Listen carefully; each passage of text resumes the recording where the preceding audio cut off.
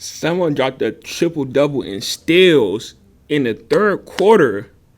That's when the men's team they defeated a Division I school. Not only that, both teams proved me and their doubters wrong in the CIAA tournament. More of that coming up on Bowie State Sports Talks. Do not go anywhere. This is a very crazy episode.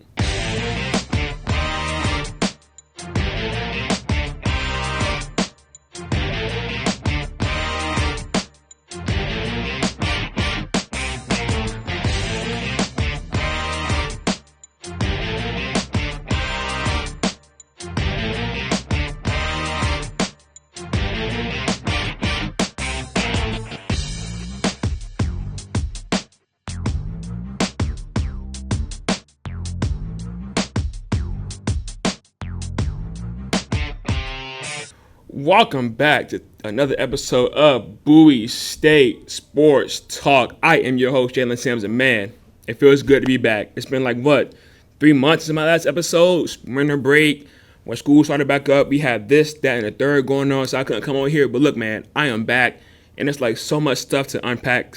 Like, where did I begin? I was going to say this part of the show, like, for the game that this happened during/after. But it's so important that I gotta, talk about it really right now.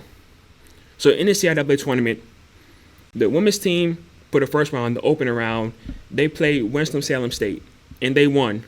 The men's team, they played Livingstone, and they won.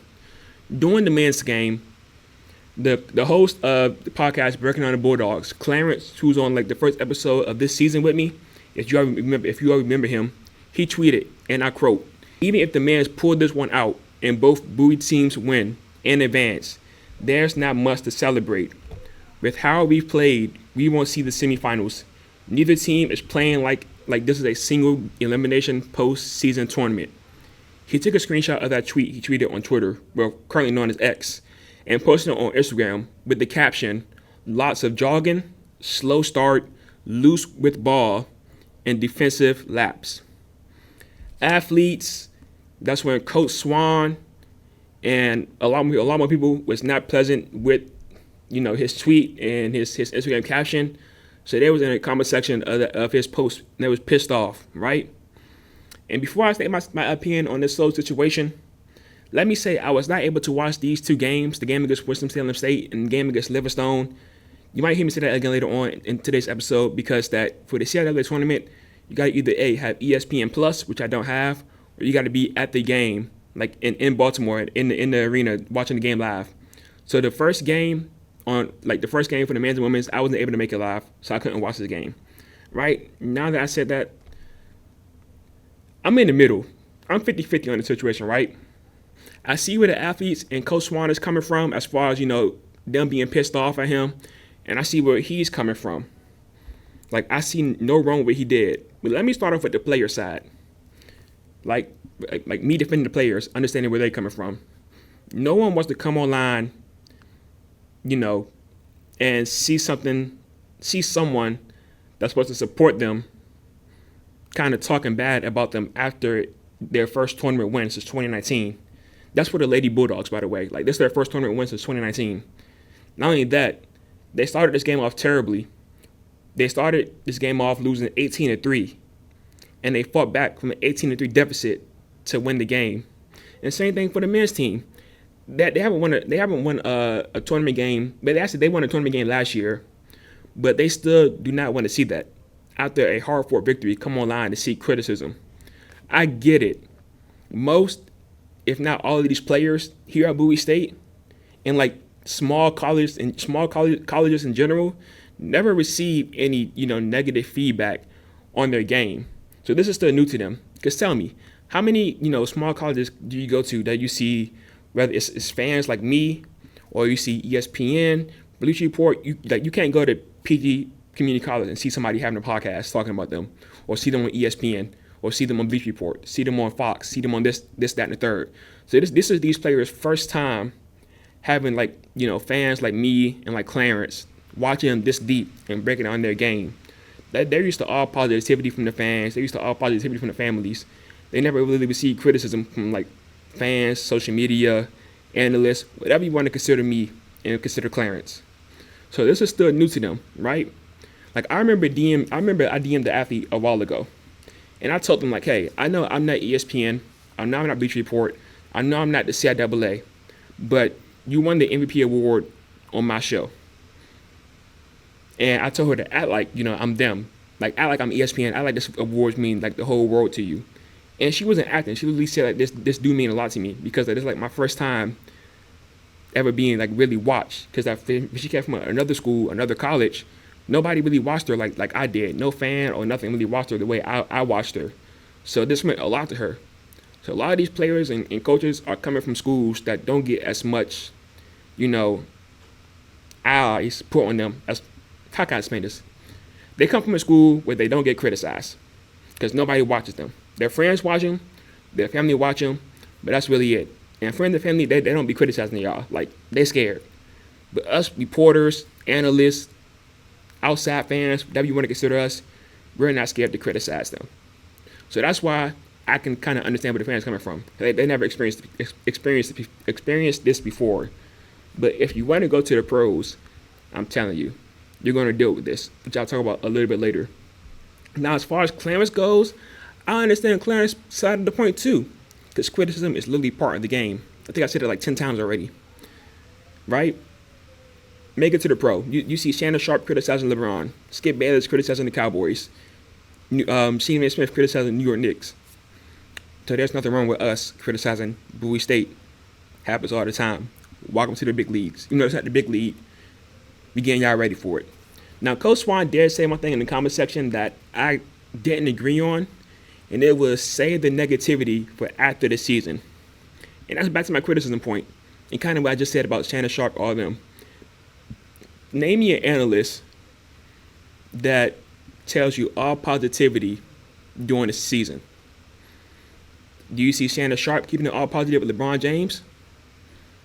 Or do you see him going nightcap after a game and criticize how players played?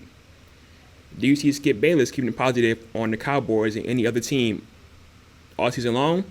Or do you see him going, not anymore, but used to go on Undisputed the very next morning, or sometimes on his own podcast, the Skip Bayless Show, and criticize players and teams directly after the game? Same thing with Stephen A. Smith. He got his own podcast, the Stephen A. Smith Show.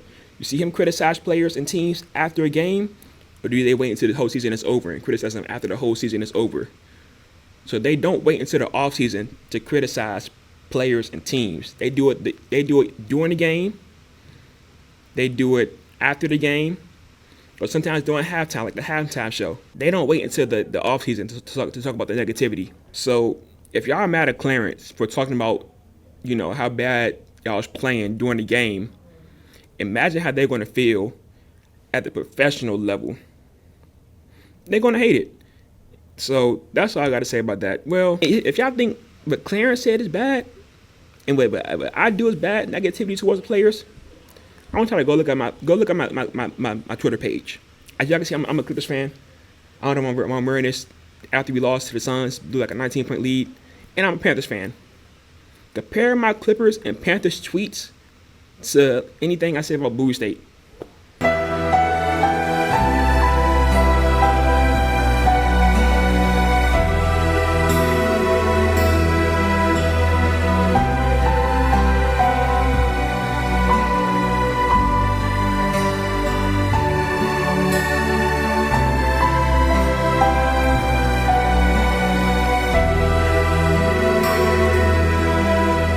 I literally said one time, over or under 10 passes into a Bryce Young throwaway interception.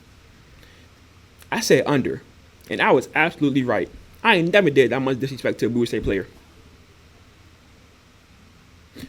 So if y'all hate, the negativity that y'all receive from Clarence, and y'all think, Coach think that y'all should wait until the offseason to talk about negativity, y'all in for a huge surprise when y'all make it to the league, to the big league, whether it's the big league, across seas, whatever. But that being said, also, let me sidetrack for a bit, because that the same way Clarence was getting hate from the players, I got hate from a former Bulldog, a very known lady Bulldog.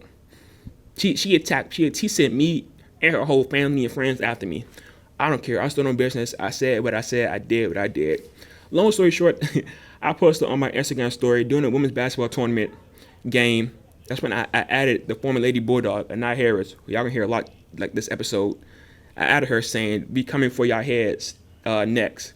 For those that don't know, Anaya Harris went to Virginia State, and if the Lady Bulldogs took down, who is it? I think they're playing Livingstone, or whoever they're playing. If the Lady Bulldogs won this game in the second round, they made it to the semifinals to face Virginia State.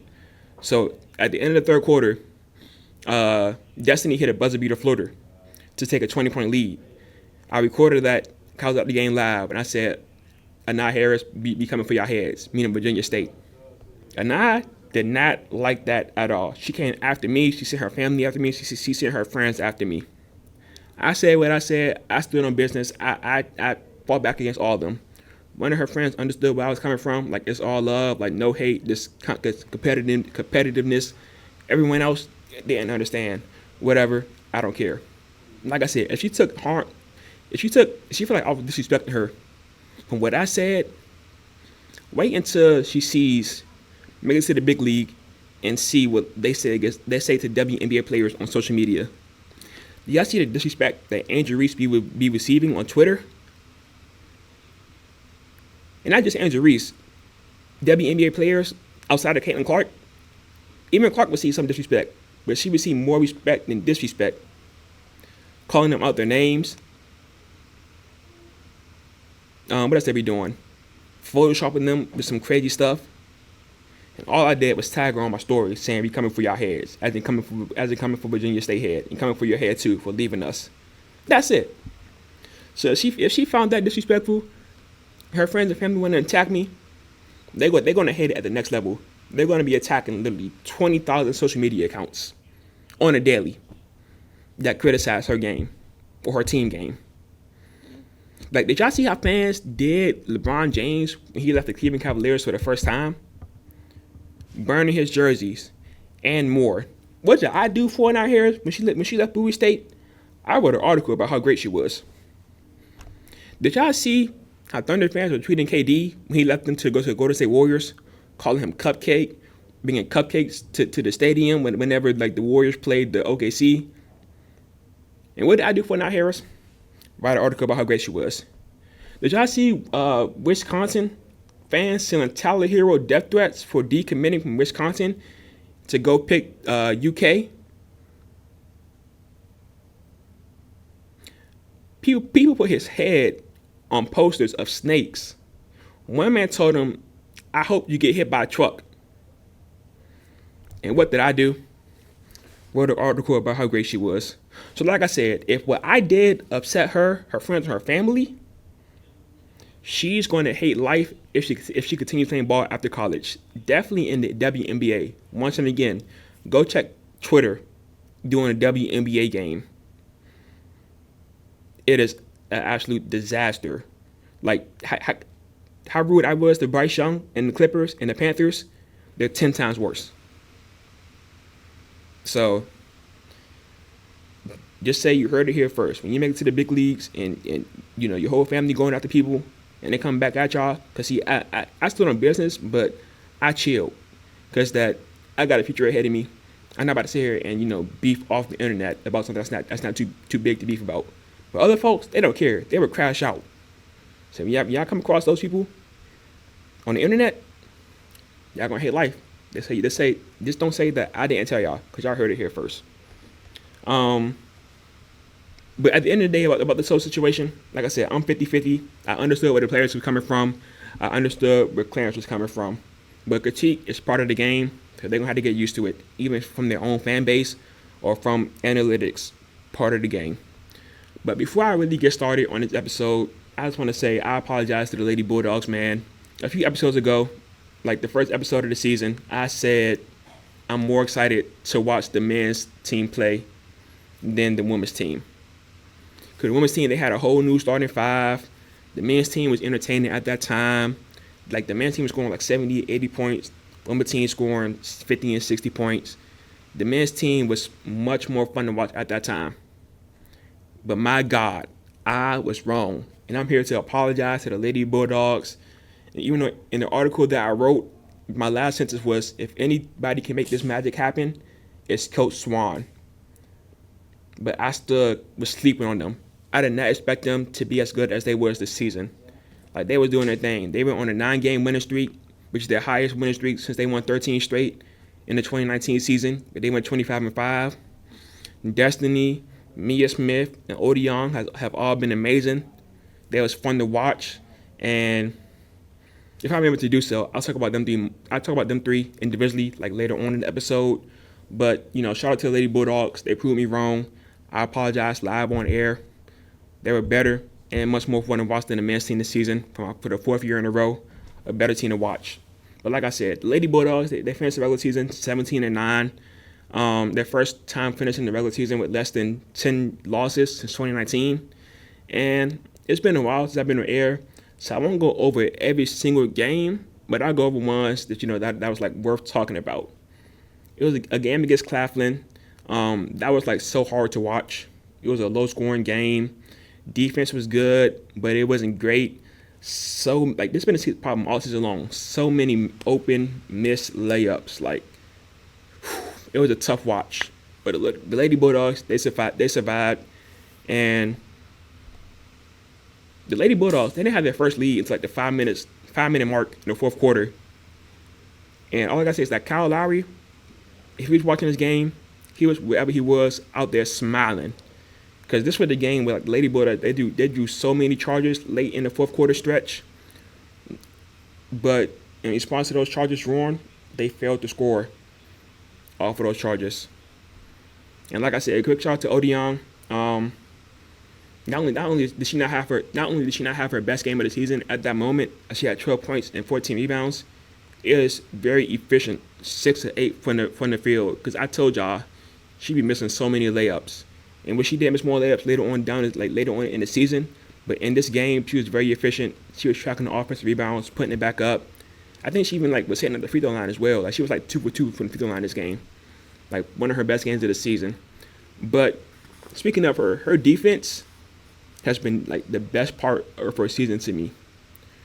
Her interior defense is there. Like in overtime, her teammate Mia Smith got her ankles broken. Like she was on the ground praying to God, ankles broken. The ball handler, she drove to the paint.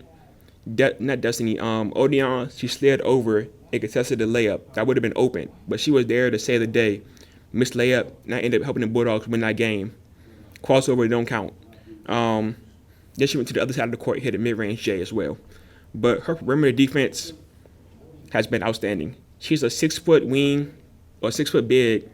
Like she got like a nice wingspan. She does a great job of defending like the 5'5", 5'4" point guards. That's when she forced them to pick up their dribble, she got her hands up like this, hands up defense in front of their face, so that they can't see around her. So she be tipping the pass, getting so many steals. Like she was the second leader steal person on the team behind Destiny this year. And not only that, she also be guarding the full court too. Like she play full court defense, guarding the primarily ball handler. Then when the ball get across half court, she drop down to the paint and guard the interior. Now that takes a whole lot of energy away from her. And she still finds a way to get rebounds, to get putbacks. Her defense this season has been absolutely astonishing. Should have won Defensive Player of the Year in my books. But I wrote an article about her, not specifically about her, but in the article that I did write, I did mention her a lot. So make sure y'all go read that article. She told me about the drills she did on defense to get better on defense, her offensive drills, this and the third. This game did go to overtime. Destiny hit a nice Euro step between two defenders to tie the ball game with 40 seconds left. She had a chance to win, but she missed. Claflin, they was just gassed in overtime. Like they were throwing lazy bounce passes with Destiny near the ball, which is absolutely crazy. Like she's the leading steals person in the CIAA. Hello, she stole it every single time. Lady Bulldogs went on to outscore them 12-4 in overtime and win the game. Destiny had 20 points and 8 steals. The majority of those points came alive. She came alive in the second half in overtime. That's where the majority of the points and steals came from. But wait, it get better than that. Because next game against Wilmington University, Destiny recorded 16 points, 10 assists, and drum roll please, 11 steals. To make that crazier, she recorded that halfway in the third quarter. She only played 18 minutes in the game and recorded a triple-double in 17 minutes. To put that into perspective, prior to Nikola Jokic breaking the record and recording a triple-double in 14 minutes, the fastest triple-double in the NBA was set. No, not the fastest triple-double in men's basketball was set by Jim Tucker of the Syracuse National in 1955. He accomplished that triple-double in 17 minutes. She tied that triple-double in 17 minutes. And you could tell she was going for the triple-double. I mean, who wouldn't? She only took 8 shots this game. She went multiple possessions where she passed up an open look, looking for the assist instead of taking a shot. And look, I don't blame her at all. Cause I would do the same thing. But Bulldogs, they finished the game with 29 steals and forced 37 turnovers. Also during this game, live during the game, I DM Coach Swan. I said, that's enough. Build Destiny a statue, because this triple-double with steals in the middle of the third quarter is nuts.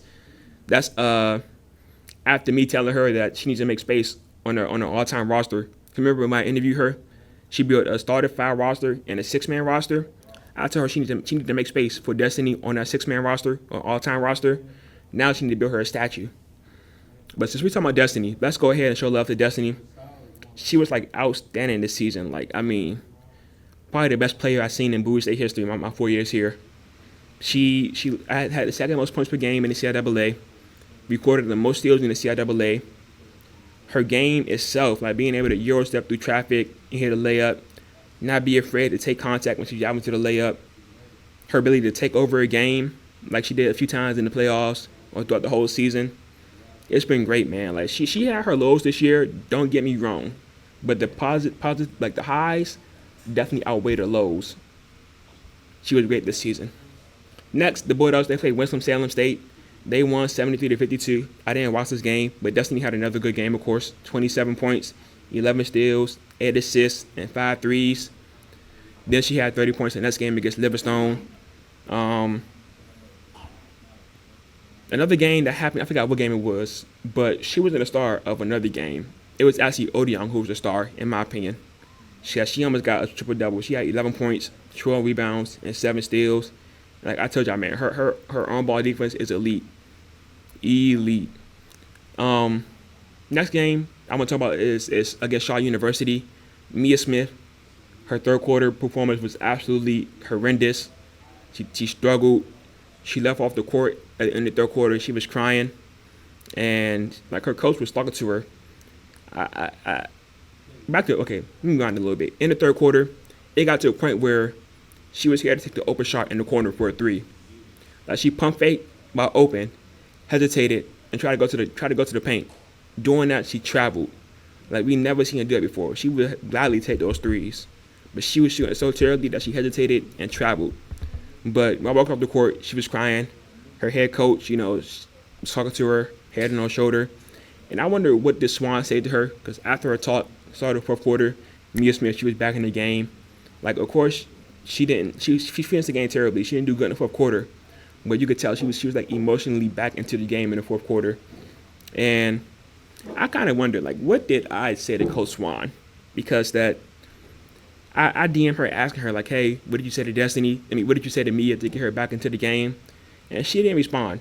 Now, of course, you don't have to respond. No player coach is required to respond to me.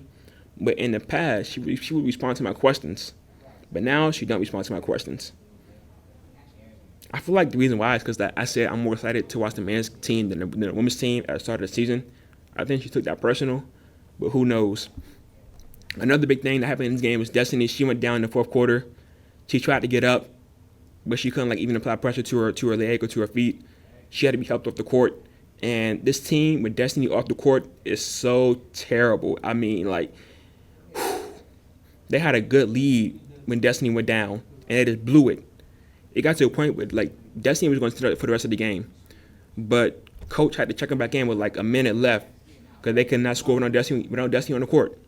She checked in with a minute left, and she scored every single point for the rest of the game for the Bulldogs, limping and all that. If there was a plus minus for Destiny, it would, plus minus on the court and plus minus off the court, it would be absolutely insane. Looking like Jokic plus minus. But I'm on a time limit, so I got to kind of hurry up. What else I want to talk about? I didn't watch this game. I'm not gonna speak on it much. But the Lady Bulldogs, they did play Virginia State, and that's the school that Anai Harris go to. Mia Smith, she went off this game. She recorded her career high 31 points. For those of you that don't know, Mia Smith was the backup point guard to Anai Harris for the past 2 years. So I feel like she took this game personally. Like, hey, I'm the point guard now. She scored 39 points. Bowie State handed Virginia State their first loss against a conference team of the season. They played one more time at home, Virginia State, Bowie State. This time Virginia came down to Bowie. Now I was kind of wondering if Bowie State would make like a tribute video for Anai Harris. Like, LeBron got a tribute video, KD got a tribute video, Klay Thompson got a tribute video. Now, of course, she's not Klay Thompson, KD, and LeBron James, but she was a great player her 3 years here. They didn't give her a tribute video. It's cool, whatever, but I think she deserved one. The Bulldogs lost that game. They also lost the final game of the season, but who cares? Because next up was the CIAA tournament. How do I want to talk about this? Because like I said, I got a few minutes left. I didn't watch the first game of the tournament because I don't have ESPN Plus. I was at the game, so I'm not going to speak on it. The second game of the tournament was when they played Livingstone. A fan behind me was telling me that Odion remind him of Dennis Rodman, a great rebounder, a great defender, but not a great scorer. And that's low-key accurate. Like, she is like the men's Dennis Rodman of the scene. I think about it. But he was a cool fan. We were shopping up for a bit. The Lady Bulldogs, they won that game. Like I said, end of the third quarter, they had a 20-point lead. Destiny started the game on the bench, and that lead quickly dropped down. So my confidence of them, I knew they was going to win the game. But my confidence of them beating Virginia State that I had entering the fourth quarter quickly disappeared. And I made the right choice because in the game against Virginia State, the semifinals, I told Anai Harris on Instagram that, hey, hopefully we see y'all again in playoffs after they beat us in the regular season. And that's just what we did. We scored them again. The winner of this game make it to the championship. First thing I want to say about this game, the Bulldogs were guarding Anai Harris at the three-point line. What in the name of Jesus Christ were they thinking? She's a terrible three-point shooter. Coach Swan, Odion, Mia, they should all know that. Like, do y'all see how players guard Russell Westbrook off ball? That's how they should have guarded Anai off ball. Like, do not press her. Even on ball, she can't shoot threes. Like, it was a play where she was in the corner. They did leave it open at one time on accident because of misrotation. She hit like the side of the backboard or she clanked super hard. She cannot shoot threes. No, she airballed that three. Like, she only made 7 threes all season long. Why are y'all guarding her full court? Not full court, but why y'all pressing up on her at the top of the key? She cannot shoot threes. Sag off. Please. Like, y'all should have known that. Speaking of threes, that's really the only reason why the Bulldogs lost this game. Skylar White, a player who came off the bench, led Virginia State in scoring in this game. She made 6 field goals. 5 of those were threes. Like, the Bulldogs just kept on leaving her open, man. Like I get it. Entering this game, she was not on the radar, right? She scored 10 points or more only one time this season prior to this game. This is her first game, but she hit like more than 2 threes in the game.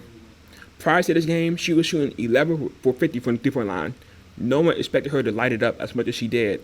But there got to be a time where like an in-game adjustment come. Like, hey, I need y'all to hug her. Like there was pressing Destiny off ball, like at the half court line, making an offense run through somebody else. Do that with the girl that made 5 threes. Hug her off ball. Do not leave her open. She had 2 threes in the first quarter, included one with 3 seconds left in the game. 3 seconds left in the fourth quarter. In the first quarter, right there should have been when the Lady Bulldogs like raised the eyebrow, like, huh? She's kind of good. That's watch out for her. She had a fast break 3 in the second quarter. I give him that one. It was a fast break 3. Nobody expected that to happen. Well, let me not say that. It was a fast break 3, and playing fast break defense isn't the easiest thing in the world. I give him that. She had an open 3 in the third quarter, opened again for no reason at all, missed rotations. And that's when she basically hit a dagger in the fourth quarter with like 50 seconds left to go. Once again, missed rotations, leaving her open. That pissed me so off. And I wouldn't even say a dagger. It was a 5-point game. Like, her 3 that she hit made it a 5-point game with 50 seconds left. But the final score to this game was 59-63.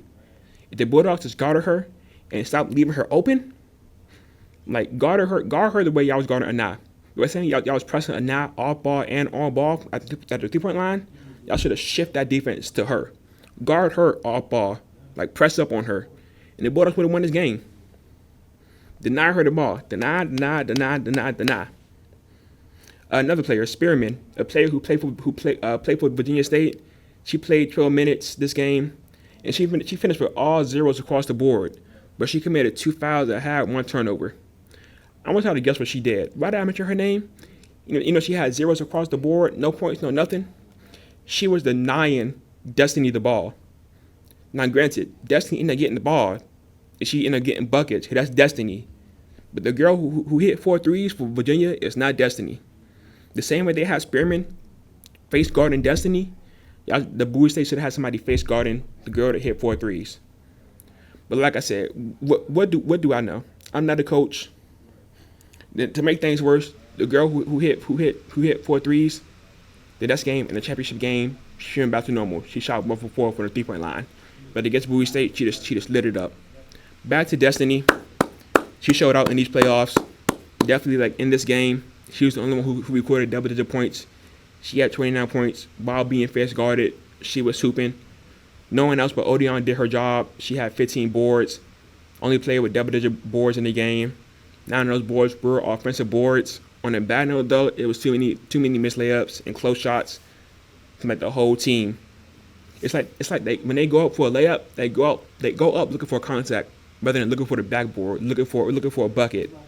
Like I said, great season for the Lady Bulldogs. They did better than everyone outside of them expected them to do, like including me. I was sleeping on them.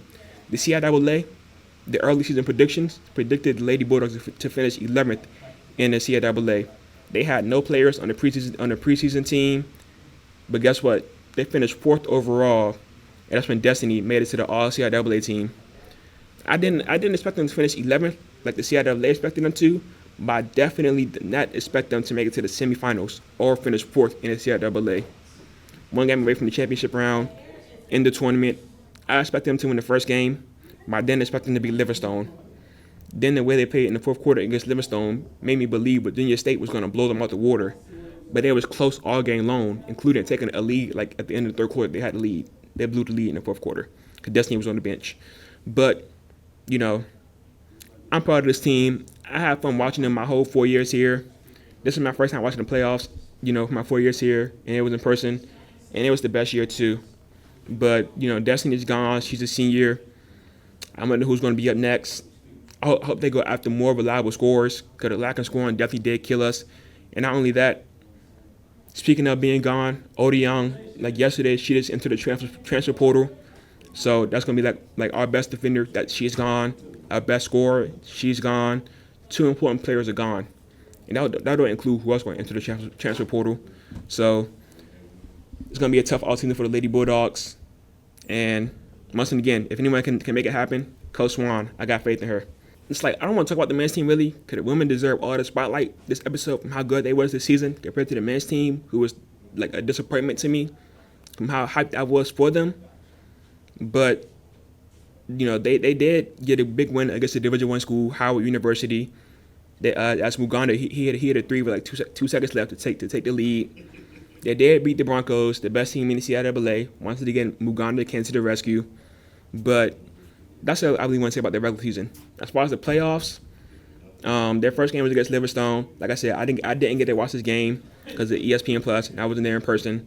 But Elijah Davis, according to the stat sheet, he went off, scored 27 points on 8 for 13 shooting from the field, which led the Bulldogs to victory in the opening round for the 2nd straight season. Next, they played Virginia State. I was able to watch this game live, and man, Elijah Davis, I apologize. I was not familiar with your game. He scored 25 points. He was in his scoring bag, something that he never really showed this season because he was always a pass-first player, you know, looking for players to be open. He never really scored this season. 20 points in back-to-back games, never did that. Like, he never scored 20 points in a game until the first game in the playoffs. So I was not familiar with his scoring bag, but I was talking to a Bulldog, and he told me Virginia State, they was playing zone at the start of the game, and that made it hard for Elijah to score. But when they switched to man-on-man defense later on in the game, he started scoring, and that's something I didn't even notice, but it's definitely true, because that their zone defense definitely was messing the Bulldogs up. Not just Elijah, the whole Bulldogs defense, the whole Bulldogs offense up. Like, I forgot what the score was in the first quarter or first half, but it wasn't super close. Like the Virginia definitely outplayed Bowie State in the first half because of that zone defense. But when they switched to man in the second half, that's when Elijah started to take off, and the game became closer than what it should have been. But like I said, if Elijah turned into Kobe earlier, the Bulldogs would have won. But I don't want to sit here and blame Elijah like he's the one to blame. He did his part. Let's talk about Caleb Johnson. This fool had 2 open threes. The first three was he had the ball, center set him to screen top of the key. He went around the screen, instead of stopping and pulling it off the screen where he got open, he did a step back 3. Clank. Second shot, he had an open 3 off a catch and shoot. Instead of catching and shooting the ball for the open 3, he caught it, did a step back 3. Clank. Like, I know that's just 2 shots, but the final score to this game was 72-78. If he did 2 regular threes instead of trying to be Steph Curry and do a step back 3, he could have possibly made those and tied the ball game 78-78. Next guy, Kevon Corley. Could not shoot a ball into the ocean, cannot shoot a whale into the ocean, cannot shoot a school bus into the ocean. He was 0 for 4 from 3. I don't recall him taking any, idiotic threes, step back threes. They were all good threes, but he was still 0 for 4 from 3. Amir Wimbush and Warren did not show up. Those are the 2 leading scorers for this team. I expect them to be Kobe and LeBron, getting buckets. They did not do that this game. Warren scored 8 points. He was efficient shooting from the field, 3 for 6. But you're the number 1 option on this team. You gotta be more aggressive. Can't shoot 6 shots in a playoffs game, a 1-game elimination game. Can't shoot 6 shots. Wimbush 1 for 4 from the field. Terrible. Free throws also lost the ball against this dog. I've been saying this for years. They played too aggressive, and the free throws cost them late in the game. Not the intentional fouls, but just like throughout the whole game. One player shot 11 for 12 from the free throw line. Other player shot 8 for 8 for the free throw line for Virginia. Free throws cost them the game. I'm kind of skipping a lot of stuff because I got to get off air. But bench scoring, Virginia State had 36 off the bench. Bowie State had 9 off the bench. This game could have been easily winnable. Took down the number 1 seed, made it to the semifinals, but terrible way to end the season. Elijah Davis, this was his first and last season here. So that's Elijah Davis gone on the men's side of the ball. Destiny gone on the women's side of the ball. This is like Indiana losing Caitlin Clark and Tyrese Halliburton, or Minnesota losing Anthony Edwards and what's that one girl name? Anthony Edwards and Maya Moore. Minnesota losing Anthony Edwards and Maya Moore. That don't even include the softball team. They're about to lose Lindsey George and Jayla Hill after this season because they're seniors. So Bowie State, these teams, they're losing a lot of great players, man. They're losing me too because I'm a senior and I'm up out of here. So speaking of being up out of here, I'm out of here. I appreciate y'all for watching. This show is kind of all over the place, being kind of rushed. I couldn't really get into details about the games, but I tried my best. I'll see y'all next time. I'll be your host, Jalen Sims. Have a great day.